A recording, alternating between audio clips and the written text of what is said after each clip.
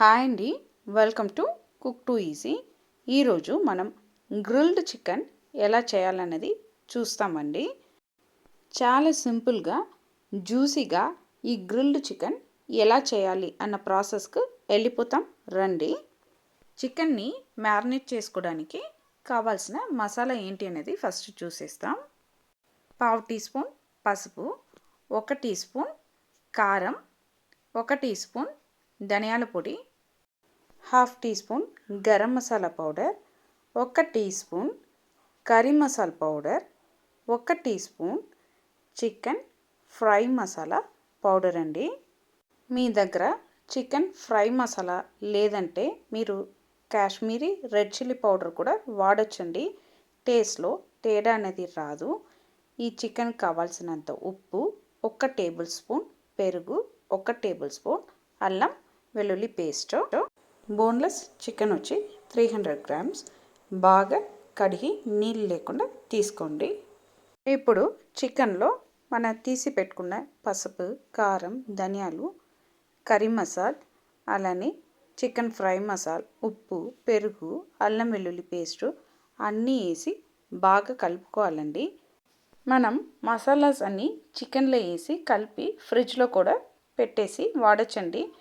Guest ఎవరైనా వస్తున్నారంటే ముందు రోజు నైటే మనం ఈ చికెన్ మసాలాని రెడీ చేసి ఫ్రిడ్జ్లో పెట్టేసామంటే వాళ్ళు వస్తున్నప్పుడు అప్పటికప్పుడు మనం గ్రిల్ చేసి ఇవ్వచ్చు. బాగా కలిపి రెడీ చేసుకున్న ఈ చికెన్ని 1 అవర్ మనం నానడానికి వదిలేయాలండి. 1 అవర్ అన్నది మినిమం టైము. మీరు మ్యాక్సిమం ఎన్ని గంటలైనా నానపెట్టుకోవచ్చు. కానీ చికెన్ 1 అవర్ మినిమం నానితేనే మనకు జ్యూసీగా చికెన్ అనేది దొరుకుతుంది.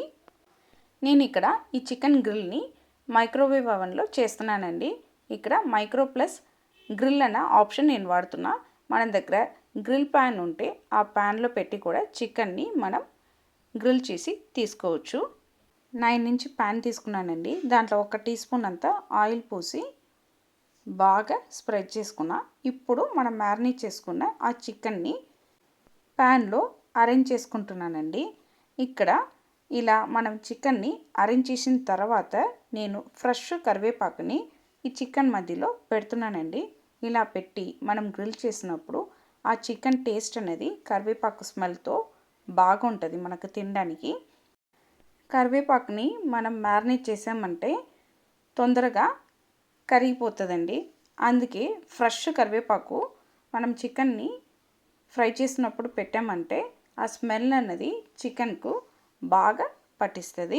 అంతే అండి. ఇలా రెడీ చేసుకున్న ప్యాన్ని అవన్లో పెట్టేసి చికెన్ని 2 వైపు జ్యూసీగా మనం కుక్ చేసి తీసుకోవాలండి. చూడండి చికెన్ ఎంత మెత్తగా కుక్ అయిందంటే మీరు స్పూన్తో అలా అన్నంగానే వచ్చేసింది. చికెన్ అంత సాఫ్ట్గా ఉడికిందండి. మీరు కూడా ఈ గ్రిల్డ్ చికెన్ రెసిపీని ఒక్కసారి ఇంట్లో ట్రై చేసి చూడండి. మీరు భలే ఇష్టపడతారండి. మీకు ఈ రెసిపీ నచ్చిందంటే కుక్ టు ఈజీ ఛానల్ని లైక్ చేయండి, షేర్ చేయండి, కమెంట్ చేయండి. తప్పకుండా కుక్ టు ఈజీ ఛానల్ని సబ్స్క్రైబ్ చేయండి. బాయ్ అండి.